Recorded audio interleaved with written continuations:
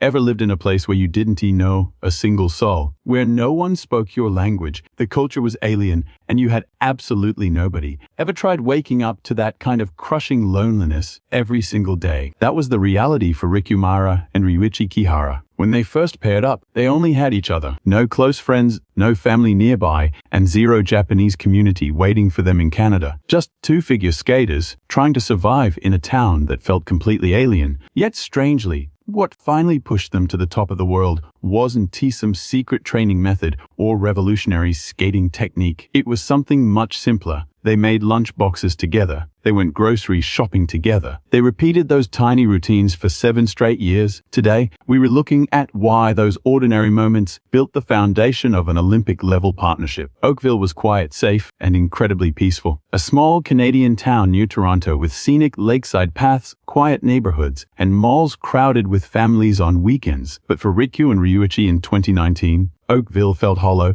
There wasn't a single familiar face around. Riku arrived there all alone from Hokkaido at only 17 years old. Ryuichi, already 26, had spent years searching for the right partner before finally ending up in Oakville. They officially formed their pair team in August of 2019, immediately realizing something critical. Off the ice, they only had each other. Hardly anyone spoke Japanese there. No childhood friends, and no old classmates, and no local support system. Sure, they had coaches in the ice rink, but beyond that, it was just the two of them and the quiet streets of Oakville. So every single day looked identical. Practice would wrap up, and they would head back to their apartments. If they wanted to grab dinner with someone, it had to be with each other. If they needed groceries, they walked together. That same routine repeated day after day, year after year, for 7 long years. And that's why today, our story isn't about championship medals or glamorous performances. It's about lunchboxes and shopping malls. It's about the quiet, daily routines that slowly built one of the strongest partnerships in figure skating history. First, let's talk about the lunches. Ryuichi Kihara can actually cook, something everyone around them constantly points out. He knows his way around a pressure cooker, whips up curry regularly, and spends serious time in the kitchen. Riku, on the other hand, openly admits she isn't exactly a natural when it comes to cooking. Ryuichi even bought her a rice cooker once, but it mostly gathered dust. She could handle omurice, but cooking just wasn't her thing. That contrast created a natural rhythm in their lives. Ryuichi cooked, Riku ate. It sounds incredibly simple, but when something that small repeats every single day for 7 years, it stops being a gesture and becomes normal. It became totally normal for Ryuichi to stand at the stove, normal for Riku to ask what was for dinner, and normal for him to joke, "How about curry again?" as they both laugh. That level of comfort only exists when you know someone deeply. You don't casually ask strangers what they feel like eating. Around people you barely know, you just say anything is fine. But when a bond becomes natural, real honesty comes out. Sometimes they even packed homemade lunches for the rink instead of eating out. Just picture that scene for a second. Two Japanese figure skaters sitting in a Canadian training facility, opening carefully prepared bento boxes, surrounded by local coaches and athletes speaking rapid English. Maybe inside those boxes was leftover curry. Maybe it was something Ryuichi whipped up early that morning. Either way, those meals meant so much more than food. They were absolute proof that in a completely foreign country, they still shared a place that felt like home. The deeper meaning behind Ryuichi cooking daily goes even further. He once mentioned wanting to double-check everything for both of them. He checked Riku's luggage and reminded her when she forgot things, handling all the small details of their daily life. That protective attitude showed in the meals he prepared. What should she eat before practice? Which foods would help her recover faster? How exhausted was she today? Cooking for someone means constantly keeping them in mind. Every single time he stood at that stove, Ryuichi was quietly looking out for Riku. Over time, that constant care forged unbreakable trust. Riku is someone who wears her heart on her sleeve. She gets excited easily, jumps for joy after huge victories, and openly celebrates when something makes her happy. So when she ate Ryuichi's cooking, you can easily picture her smiling and saying, "This is so good." Maybe she begged him to make it again the very next day. Hearing that probably sent him right back to the kitchen. For 7 years, that cycle never broke. One person quietly caring, the other deeply grateful, a cook and a very happy diner.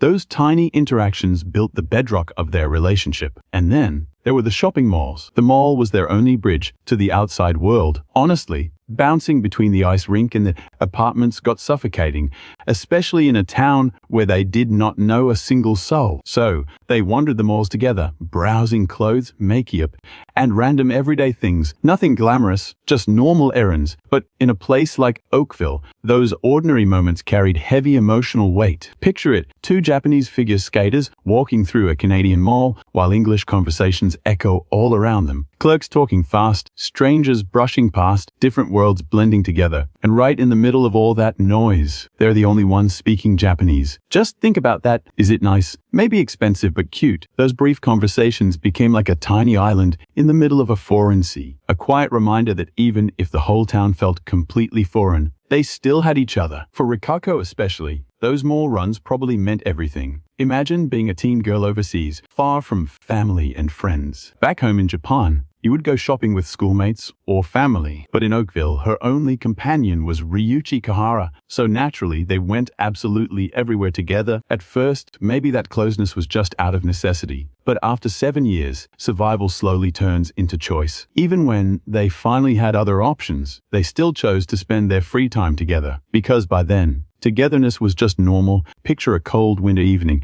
inside that Oakville mall. Outside, snow falls and temperatures plunge below freezing. Christmas lights glow softly. Riku suddenly stops in front of a store window. Ryuichi waits a few steps back. She spins around and speaks. He replies. And then both of them laugh. Nobody around them has any idea who they are. No one knows they are elite athletes, future Olympic medalists. To the crowd, they are just two ordinary Japanese kids walking through a shopping mall. Honestly, maybe that anonymity felt incredibly freeing. At the rink, they always had to be Riku and Ryuichi. There was pressure, expectations, and constant scoring. But inside the mall, they could just be two normal people. No podiums, no rankings, no pressure. Just two people sharing quiet, simple moments. Maybe that ordinary routine was the secret to surviving the extreme pressure of elite figure skating for so long. In a town where they did not know a single soul, Riku Miura and Ryuichi Kihara slowly bonded through small everyday moments. Packed lunches, shopping runs, quiet routines repeated day after day. That is what built the partnership known today as RikuRyu. But here is the real question. After 7 years of living like that, what did their bond actually become? The answer lies in their post-retirement choices. Start with one crucial fact. Even after retiring,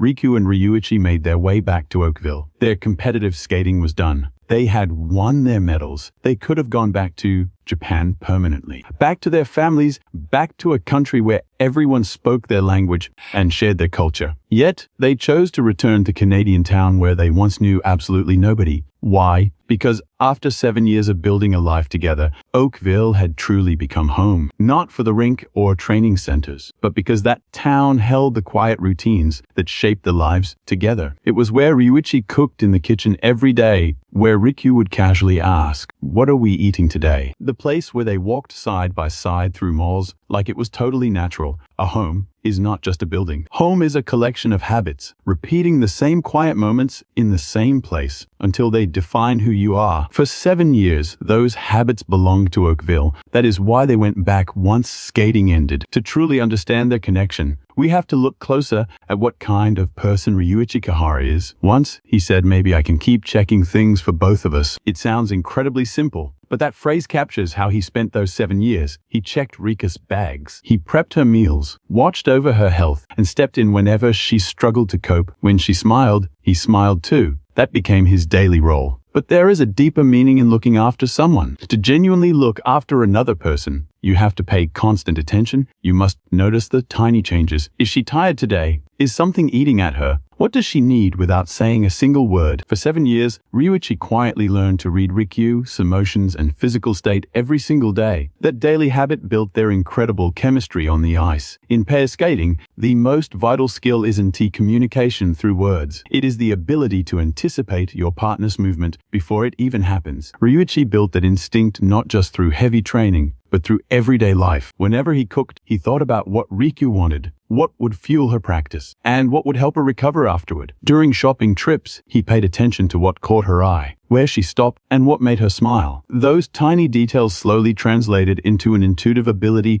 to read her movements on the ice. That is why their historic score of 158.13 points actually began with lunchboxes and shopping malls. Now, let us look at Riku. She is someone who expresses her happiness with pure honesty. She lights up instantly, leaps with joy after winning, and never hides her raw emotions. But think about how incredibly tough that was. She left Japan as a teenager, entering a completely unfamiliar country. The language was new, the culture was foreign. Even Ryuichi was nothing but a stranger at first. In situations like that, most people build emotional walls to protect themselves. But Riku did not. As she grew older, she remained completely open and genuine. In fact, she became even more expressive. Why? Because Oakville eventually became a safe place for her. More importantly, Ryuichi became her ultimate safe haven every single day. There was someone cooking meals for her, joining her on shopping trips, and helping support her daily life. They also enjoyed the warm, comforting support of those around them, especially the woman they fondly called their Canadian mother. Wrapped in that security,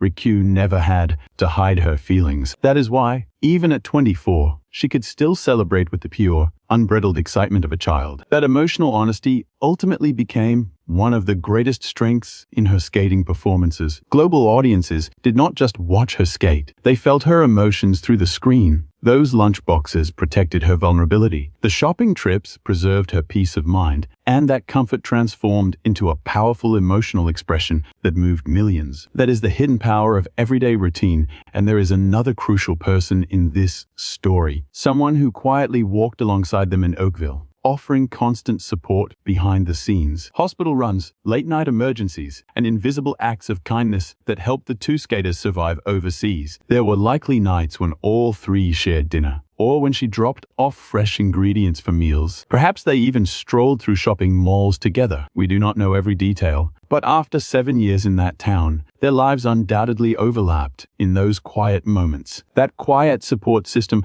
brought much-needed warmth and stability to their daily lives. It transformed Oakville from a lonely, foreign outpost into a place where they could live, laugh, and feel secure. And maybe the most fascinating part of their journey is the paradox hidden inside. At first glance, their isolation should have made life much harder. But in reality, it was the exact reason they grew so close. If they had lived in Tokyo or Osaka, they would have had endless options. Friends, family, fellow Japanese skaters, and social circles everywhere. Their emotional reliance would have divided among many people.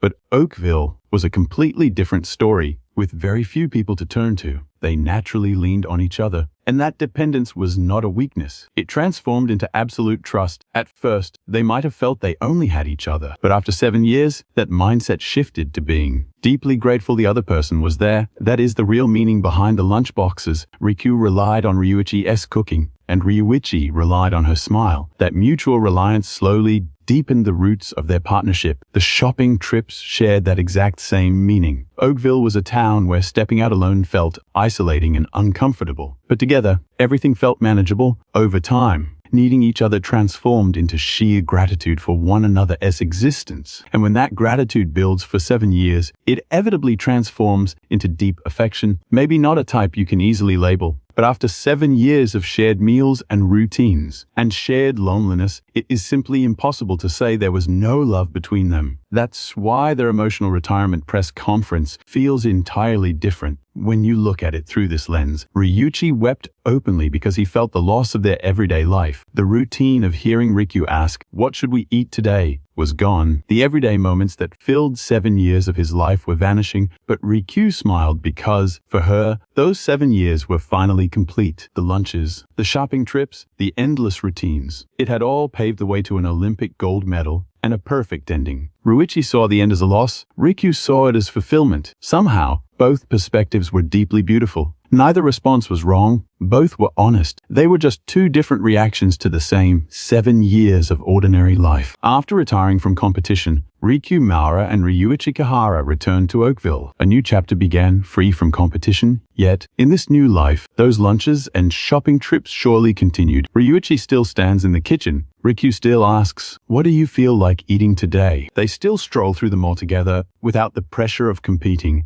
Those daily moments probably feel lighter, calmer, and completely free. That is the true reason they returned to Oakville. It wasn't just because of the rink, not simply because their coaches were there. They went back because their everyday life was there. The simple routine of Ryuichi, the pure sound of Riku laughing, and the sight of the two of them strolling through the mall together. That ordinary world was exactly what Riku protected when she said she would never skate with another partner. By declaring she would never skate with anyone else, she wasn't just turning down a new